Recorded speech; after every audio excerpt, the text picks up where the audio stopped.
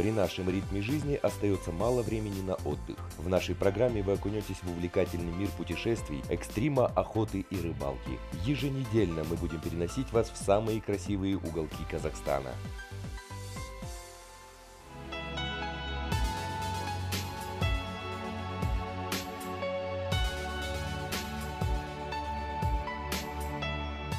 Прошло 4 месяца с того момента, как я побывал в долине Небесных гор, в центральном Тяньшане. После первого путешествия в это удивительное место я потерял покой. Каждый день меня преследовала мысль, что мне просто необходимо в ближайшее время вернуться туда, где кажется, что ты находишься на краю света.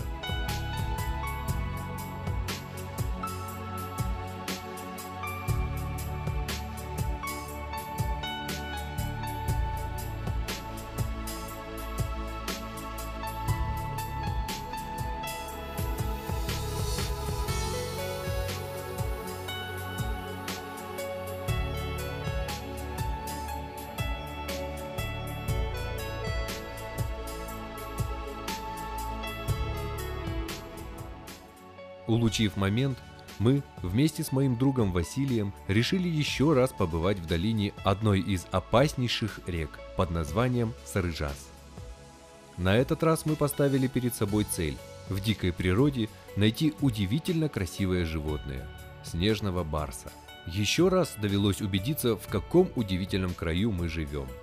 Если на северных экспозициях Терскей-Алатау было по грудь снега, то на южных снега не было вообще.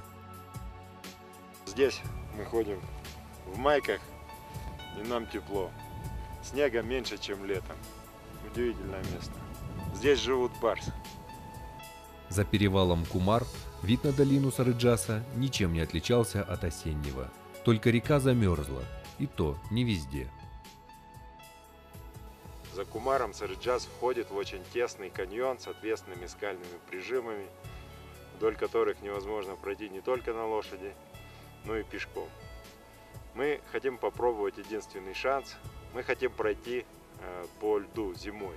Хотя Сарыжас сейчас не полностью замерз, но вдоль берегов есть ледовые забереги, по которым, возможно, мы сможем продвинуться вдаль вот этой вот удивительной горной страны, где никто никогда не был.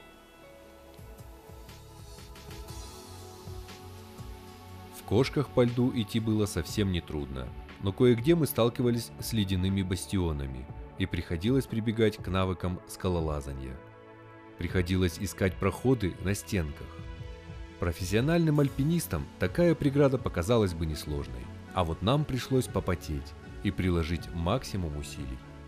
Иногда приходилось на километр уходить в сторону, по боковым отщелкам, чтобы где-нибудь наверху найти более-менее нормальный проход. Затем снова спускались к реке.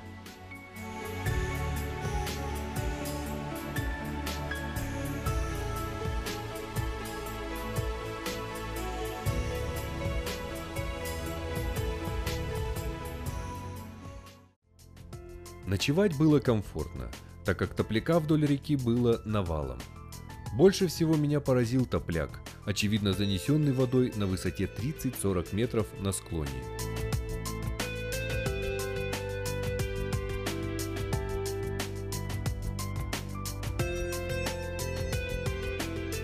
Судя по этим кучам топляка, летом вода здесь поднимается метров в каньоне метров на 20.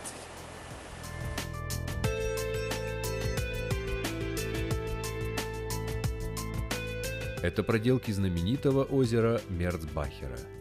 Можно представить, что здесь творилось во время схода озера.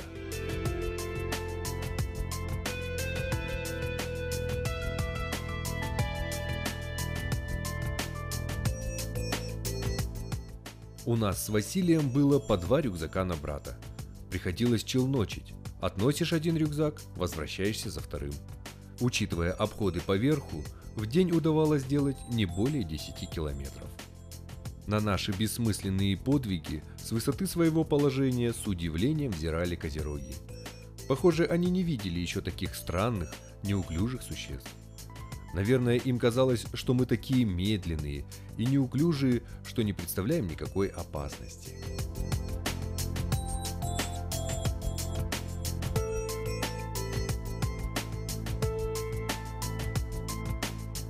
На третий день попался самец козерога, вызвавший неподдельное уважение.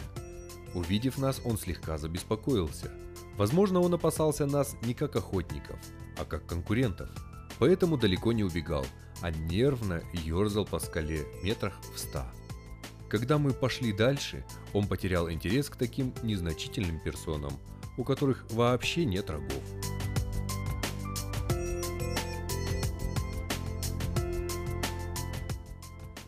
Километрах в 20 от реки отходит живописное и очень богатое ущелье.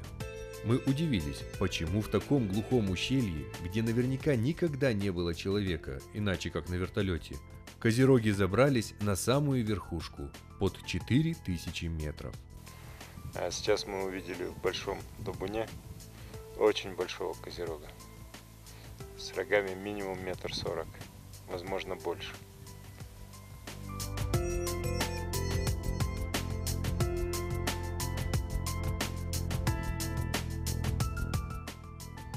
В ущелье мы нашли поразительное количество пикапов, останков козерогов, многие из которых были довольно свежими. Можно было бы подумать, что здесь бушевал котур, зудневая чесотка, но если бы популяция была поражена эпизоотией, из сотен встреченных нами козерогов часть наверняка должна была быть котурной, но мы визуально не определили ни одного. Масса волчьих следов и экскрементов свидетельствовала о том, что мы попали в элитный волчий ресторан. Волки здесь устроили настоящий геноцид против козерогов. Вот и еще вот остаток.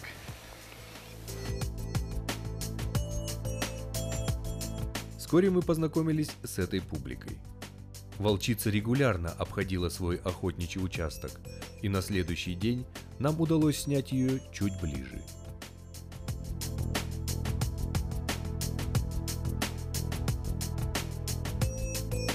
Возле реки, где много леса и топляка, ночевать было вполне комфортно. В холодную ночь, когда температура падала до минус 25, мы жгли костер на площадке и палатку ставили на горячую землю. Часа 2 мучились от жары, потом было в самый раз, а вот под утро все же наступал невыносимый холод. Волки загнали козерогов на самые вершины, почти в невальную зону, и нам пришлось последовать за ними.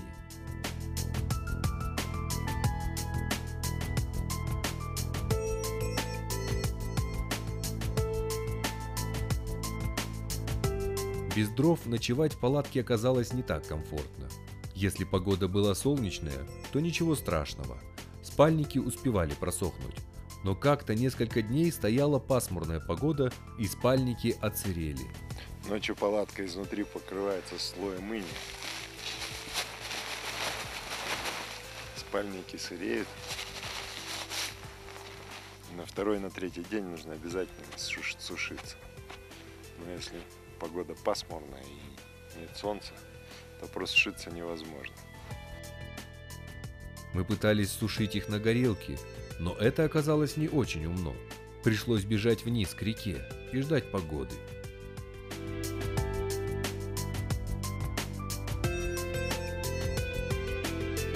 По субботам мы, конечно, принимали термальные ванны. Температура воды в радоновом источнике примерно 50 градусов. Райский уголок на краю земли. Это не Анталия, это Сарыджас. 4 февраля.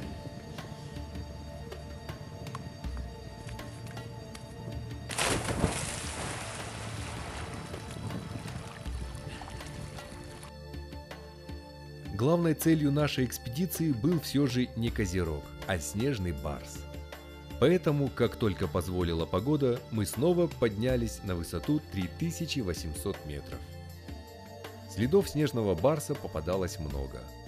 Мы видели их почти каждый день, а вот саму неуловимую кошку никак не удавалось встретить.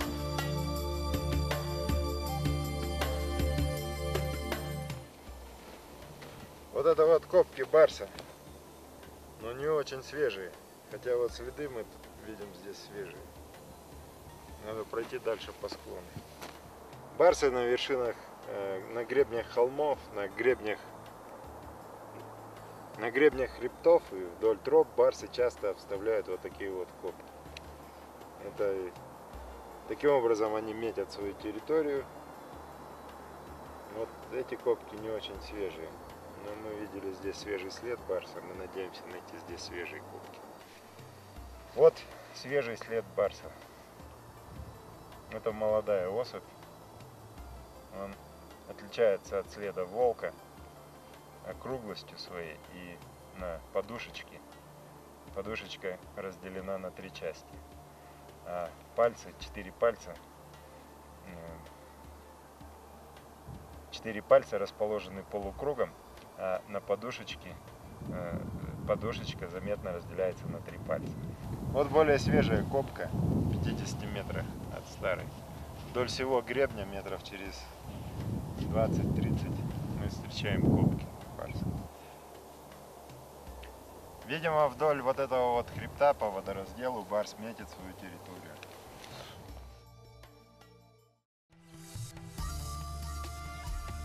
Как-то в сумерках на гребне хребта мы увидели 2 кошек с расстояния в 800 метров. Одна мелькнула и исчезла, прежде чем успели расчехлить камеры, а вторую все же чуть-чуть успели снять. Конечно, скромный результат. Может быть, если бы у нас с собой были видеоловушки, мы могли бы достичь более впечатляющего успеха. Барсы издевались над нами. Несколько раз ночью проходили мимо палаток, но позировать они упорно не хотели. Когда мы уже окончательно утратили надежду еще раз увидеть владыку гор, он все же снизошел и одарил нас своим презрительным взглядом. Мне этот взгляд запомнился.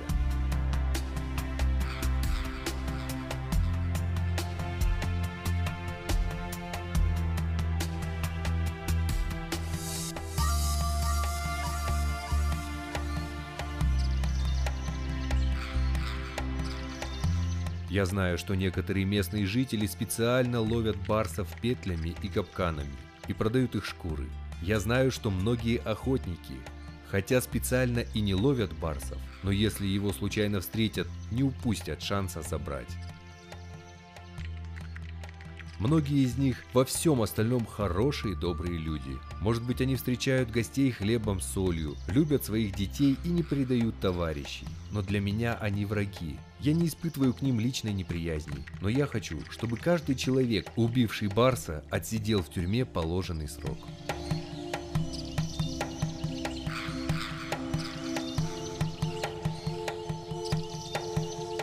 Лет 10 назад мой друг, таксидермист Ринат Сибгатуллин, сказал мне, что через черный рынок Алматы ежегодно проходит десяток шкур снежного барса.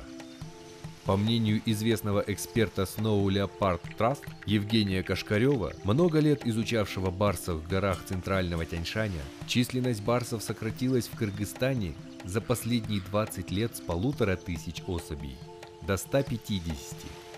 В Казахстане по отдельным экспертным оценкам осталось не более 100 барсов.